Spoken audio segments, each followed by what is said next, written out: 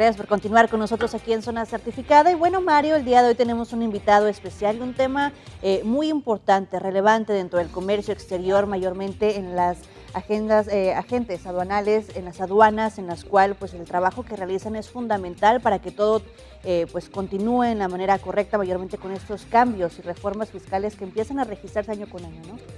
Efectivamente, y es un tema cotidiano, relevante de nuestra región, y hemos invitado al licenciado, al doctor en Derecho, Adrián Rodríguez Almeida. Él es presidente de la Asociación de Agentes Aduanales de Ciudad Juárez. El tema es relevante, Memo, es nuestro invitado del día de hoy. Sí, por supuesto, doctor, es un gusto que nos acompañe hoy en el foro de Zona Certificada, y mis compañeros ya adelantaron un poco los temas que vamos a discutir el día de hoy. Por un lado, el tema de la recaudación, cómo el negocio dentro de los agentes aduanales puede socavar quizá una reforma fiscal pesada, y por otro lado, este polo de desarrollo que se firmó ya desde la semana pasada y estamos pendientes a que, bueno, finalmente detone después de muchos años de anticipación. Pero bueno, usted es experto en el tema, comencemos a platicar.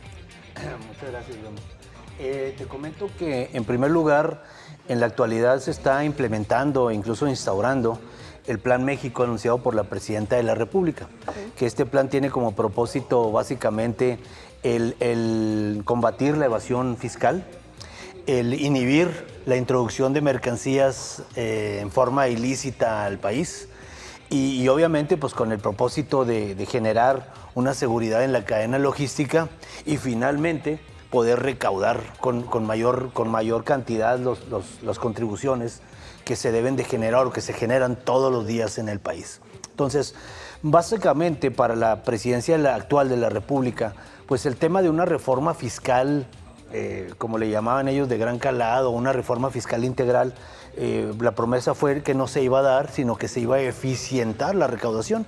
Y con ese motivo, bueno, pues parte de eficientar es combatir la corrupción y generar pues combate directo a la evasión fiscal y a la introducción ilícita de mercancías. Muy bien. Y dentro de este tema, ¿cómo se ha comportado en esos 6 meses ya que usted está frente a la Asociación de Agentes Aduanales? Bueno, sin duda ustedes lo han visto, porque a nivel nacional incluso el secretario de Economía ha sido vocero de este tema, del combate directo y frontal a la corrupción dentro de las aduanas. Ahí se ha mencionado también algunos temas donde aparentemente algunos agentes aduanales han contribuido con estas prácticas y efectivamente, como en todos los ámbitos de la actividad en el país y creo que en el mundo, pues en todos lados hay buenos y habemos buenos y hay malos, ¿no? Claro. Y entonces, sin duda que nuestra posición como gremio de los agentes aduanales, tanto local como nacional en la Confederación, ha sido, si alguien es responsable de conductas ilícitas, pues que sea sancionado. Claro. Nosotros no vamos a defender ninguna causa que sea de esta naturaleza, ¿no? No vamos a defender lo indefendible. Y si efectivamente se está perjudicando a un colega, a un agente aduanal, que su práctica profesional es legítima, bueno, pues ahí sí cabría la defensa. Pero donde no haya defensa ni nos metemos. Así es. En el tema aduanal, ¿cómo avisoran que va a desarrollarse, digamos, el resto del año? Acabamos de entrar en el segundo semestre con estas problemáticas, los estira y afloja entre los dos países, el tema arancelario. ¿Cómo se avisora el resto de este año 2025? Pues yo creo que va a seguir la misma tónica que hasta hoy. La verdad es que cuando se imponen los aranceles allá por el mes de febrero, finales de febrero, principios de marzo, los primeros aranceles que se establecen por parte del presidente de los Estados Unidos, aquí hay una confusión. Pareciera como que era un problema nuestro y la verdad es que no era un problema nuestro en primera instancia. ¿Por qué? Porque los aranceles que se imponen a la entrada de mercancías a los Estados Unidos.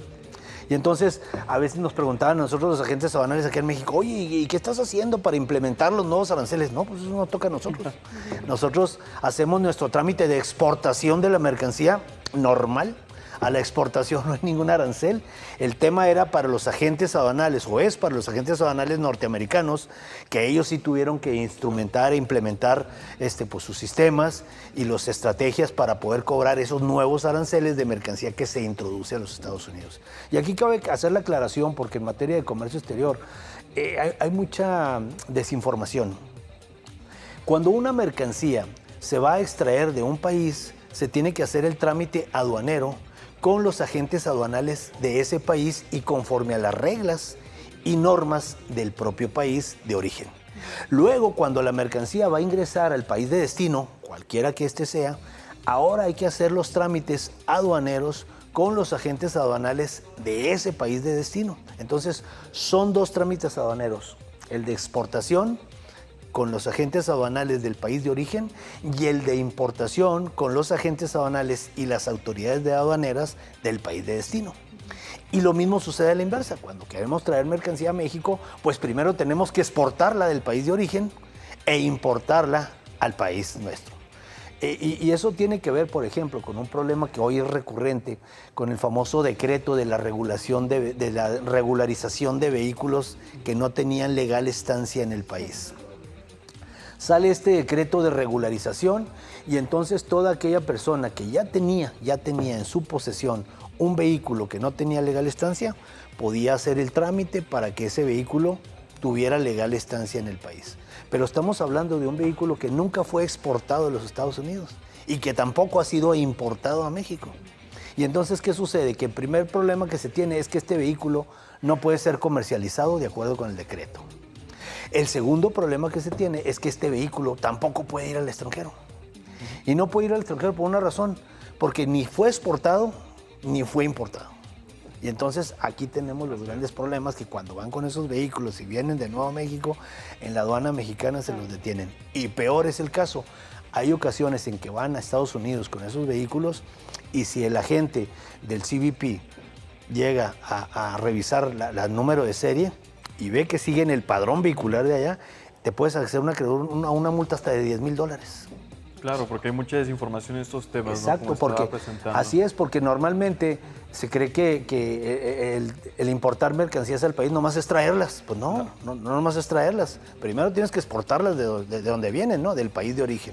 No, y más que nada porque en estos casos de los vehículos ven las placas nacionales y ya creen que es como cualquier otro vehículo nacional. Claro. Ahí está el eje de la desinformación, pero también, doctor, y ya de hecho platicando un poco más hacia el comercio exterior, la semana pasada tuvimos esta situación donde ya se compromete el gobierno federal y también en conjunción con el gobierno del estado, polo de desarrollo en Ciudad Juárez, algo que ya era una deuda de décadas, ¿no? Por el rol tan importante que juega nuestra ciudad en el comercio exterior. ¿Cómo va a desarrollarse este tema? ¿Vamos a hacer frente a los retos planteados anteriormente o presenta también un panorama de oportunidades?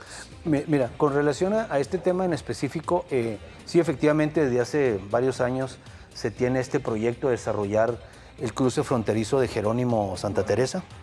Del lado mexicano, el proyecto de ampliación del recinto fiscal de la aduana está ya autorizado, está listo el proyecto. Se había detenido porque el del lado de Estados Unidos no estaba ni siquiera aprobado el proyecto. Hoy parece ser que ya se está trabajando en ello, ya próximamente se va a tener también aprobado por parte de los Estados Unidos. Y es muy importante porque nosotros tenemos colindancia con el estado de Texas, que es un estado económicamente muy poderoso, pero también tenemos colindancia con el estado de Nuevo México, que sería a través del cruce de San Jerónimo a Santa Teresa. Y entonces, hoy darle desarrollo a ese cruce fronterizo, pues implica hoy tener una conexión directa con un estado como lo es Nuevo México. Además de tomar en cuenta que con toda seguridad el próximo año comienzan los trabajos de remodelación y de reinfraestructura en el puente Córdoba-Américas, conocido como el Puente Libre, y la decisión que se ha tomado y que nos han dicho en varias reuniones con la aduana norteamericana es que se va a cerrar de manera definitiva al tráfico comercial, al tráfico de mercancías de manera comercial. Por tanto, los tractocamiones con carga ni pasarán a Estados Unidos ni regresarán a México por este puente. ¿Qué se necesita hacer hoy? Bueno, pues hay que darle la infraestructura suficiente al cruce fronterizo de Tornillo, de Guadalupe Tornillo y al cruce fronterizo de Santa Teresa San Jerónimo. Okay. Pero pues para ello nosotros también tenemos que hacer nuestra parte porque ahora tenemos que darle conectividad a estos cruces. Ahora tenemos que conectar con infraestructura vial San Jerónimo con Guadalupe. Claro, ¿y esas estrategias o propuestas ya se han planteado, se han puesto en la mesa con Sí, claro. los tomadores Sí, de de hecho hay un plan. Hace unos días el propio presidente municipal anunció un plan de desarrollo urbano tanto hacia Guadalupe como a San Jerónimo. La verdad es que es importante, es muy importante para el desarrollo de la ciudad y la región tener los cruces fronterizos con fluidez. Decía nuestra amiga y colega, la licenciada Nora Yu, decía, si se nos cae la puerta de entrada por Juárez, se le cae la puerta de entrada a todo el estado, ¿no? Y afecta al país. Claro. Entonces tenemos que tener esa apertura y tenemos que tener esa infraestructura. Así es, bueno, pues creo que el tema es muy, muy interesante.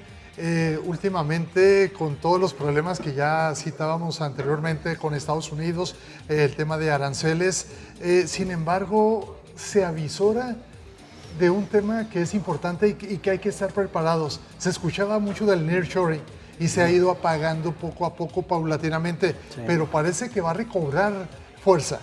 Sí, efectivamente, Mario. Todavía hasta el año pasado el nearshoring era un tema de lo más actual, estaba absolutamente de moda, con esta reubicación de los polos de desarrollo mundiales. A partir de la toma de posesión del presidente de los Estados Unidos, la verdad es que con todas estas estrategias que pues ni siquiera ha hecho, ha nada más comentado de manera, creo yo, demagógica, de que todas las industrias norteamericanas tienen que regresar a los Estados Unidos, lo cual a mí, con toda franqueza y con conocimiento de causa, me parece un absurdo. Imposible logístico para empezarlo. No, pues, y además de logístico económico y además de económico hasta humano, porque por décadas Estados Unidos ha tenido déficit de mano de obra. ¿Cómo te vas a llevar ahora todas las empresas? ¿Quién las va a trabajar? ¿Quién? Y los sueldos que se tienen que pagar en Estados Unidos. Entonces, la verdad es que materialmente resulta imposible, pero aún así pues genera toda esta incertidumbre. Por supuesto, definitivamente, doctor, un tema que en una futura ocasión expanderemos más, sumamente interesante. Un momento, agradecemos mucho su participación hoy en Zona Certificada. Muchísimas gracias. Muchas gracias, Guillermo. Muchísimas gracias por acompañarnos. Bueno, vamos a una pausa. Quédese con nosotros, tenemos más información para usted.